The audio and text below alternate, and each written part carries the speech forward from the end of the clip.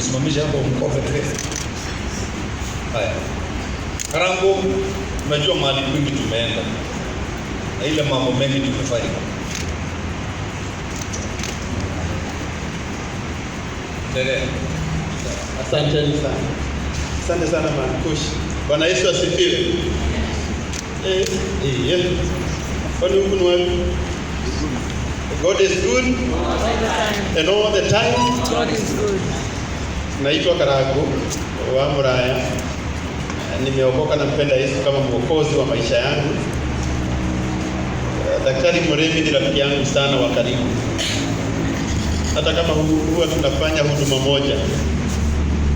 Na ni huduma ambayo kwa wale watu ambao wanajipenda hawawezi pendana. Wale watu selfish hawawezi pendana. Na ndio maana mimi kama Karangu, sababu Muremi ni rafiki yangu sana.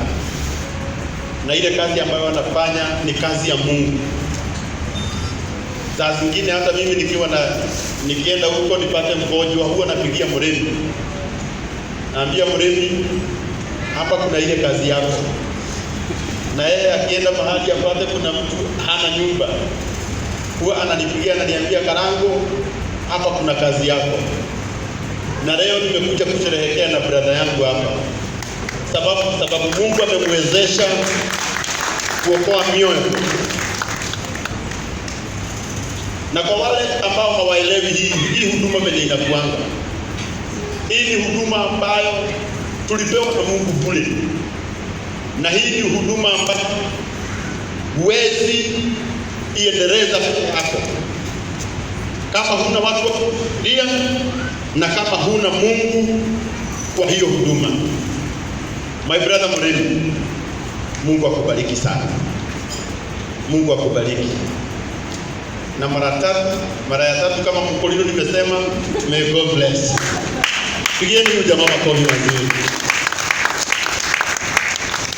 Hata kabla sijanena jambo lingine tu, kuna wimbo yangu ya Kikuyu inasemanga aho tanero bara nenda.